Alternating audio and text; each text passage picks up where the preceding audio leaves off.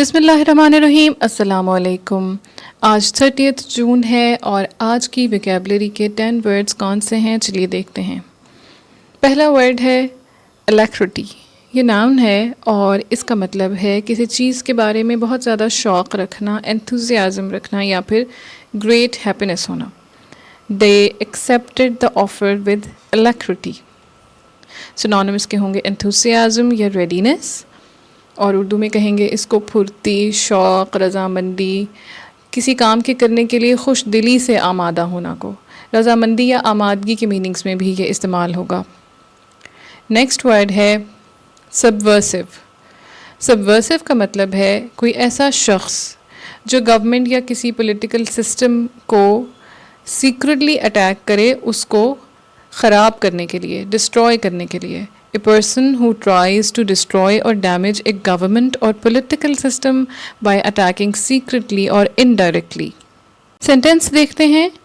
He was a known political subversive. Synonym اس کا ہوگا trouble maker اور تخریبی کہیں گے اس کو اردو میں. Third word ہے thought. یہ verb ہے اور اس کا مطلب ہے to prevent somebody from doing what they want to do. یعنی کہ رکاوٹیں کھڑی کرنا. She was thwarted in her attempt to take control of her party. Synonym اس کا ہوگا frustrate اور اردو میں اس کو کہیں گے کسی کی کامیابی کی مخالفت کرنا، کوئی کام سر انجام کر دینے سے روک دینا، کسی کا مقصد پورا نہ ہونے دینا. آج کا فورتھ ورڈ ہے proscribe. proscribe کا مطلب ہے to say officially that something is banned. کسی چیز کو ممنوع قرار دینا، کسی چیز کے اوپر بین لگانا. Membership of any proscribed organization is a serious matter. Synonym اس کا ہوگا forbidden یا prohibit، اور ممنوع کرنا یا جلا وطن کرنا، اس کے میننگز میں یہ ورڈ استعمال ہوگا. نیکسٹ ورڈ ہے pervasive. pervasive کا مطلب ہے existing in all parts of a place or thing یا spreading gradually to affect all parts of a place or thing. A sense of social change is pervasive in her novels. یعنی کہ social change یہ ایک sense نے اس کے سب novels کو کور کیا ہوا ہے، یا اس کے سب ناولز میں spread ہوتی ہوئی یہ ایک سینس آف social change نظر آتی ہے. سنونم اس کا ہوگا prevalent. اردو میں اس کو کہیں گے نفوذ کرنے والا، سرائیت کرنے والا، اثر پذیر. نیکسٹ ورڈ ہے concocted.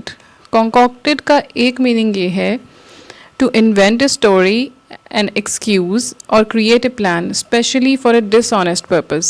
یعنی کہ جس کو ہم کہہ سکتے ہیں کہ بہانے بنانا، جھوٹے بہانے بنانا. To make something specially food or drink by mixing different things mix کر کے ایک concoction banana. The soup was concocted from up to a dozen different kinds of fish.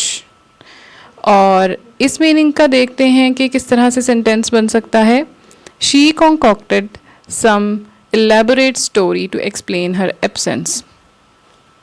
Synonym اس کا ہوگا cook up یا make up، اور من گھڑت اس کو اردو میں کہیں گے. سیونتھ ورڈ ہے میراج.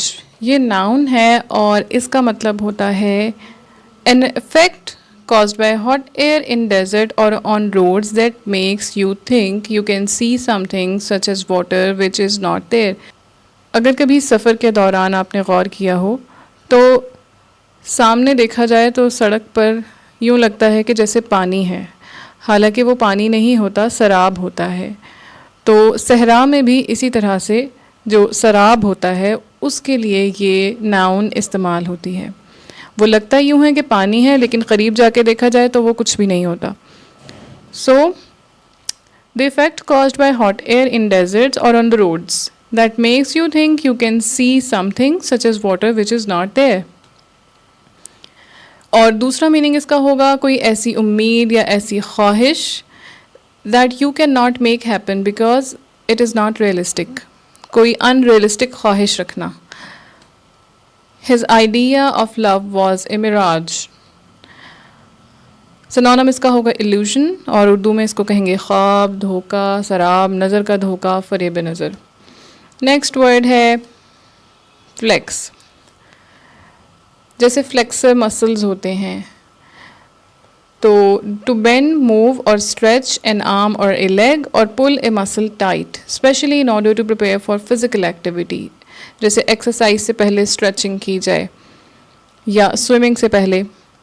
ہی stood on the side of the pool flexing his muscles. Synonym اس کا ہوگا بینڈ، اور اردو میں اس کو کہیں گے جھکانا، موڑنا۔ ایئر شاٹ یہ ناؤن ہے، اور اس کا موسٹلی یوز ایڈیم کی طرح ہوتا ہے، آؤٹ آف ایئر شاٹ یا ود ان ایئر شاٹ۔ اگر آؤٹ آف ایئر شاٹ ہوگا تو اس کا مطلب یہ ہوگا کہ سماعت سے دور ہونا۔ We waited until Ali was safely out of earshot before discussing it. اور اگر ود ان ایئر شاٹ ہوگا تو اس کا مطلب اس کے اپوزٹ ہوگا۔ سنونم اس کا ہوگا ہیئرنگ، اور اردو میں اس کو کہیں گے حد سماعت۔ لاسٹ ورڈ ہے کیویات۔ یہ ناؤن ہے، اور اس کا مطلب یہ ہے a warning that particular things need to be considered before something can be done۔ Sentence دیکھتے ہیں۔ A discussion of legal action must be preceded by a caveat on costs۔ سنونم اس کا ہوگا وارننگ یا کوشنز۔ ہم اس کو یوں سمجھ سکتے ہیں جیسے کوئی پالیسی ہوتی ہے کسی جگہ کی، یا کچھ ٹرمز اینڈ کنڈیشنز ہوتی ہیں جن کو فالو کرنا ضروری ہوتا ہے۔ عدالت کا حکم امتناعی، انتباہ، اطلاع نامہ یا خبردار رہنے کی تاکید۔ یہ تھی آج کی ویکیبلری۔ اگر آپ کو ویڈیو اچھی لگی ہے تو اس کو لائک کیجئے، چینل کو سبسکرائب کیجئے، کامنٹس میں اپنا فیڈ بیک دیں اور ویڈیو کو شیئر کریں۔ Thank you for watching.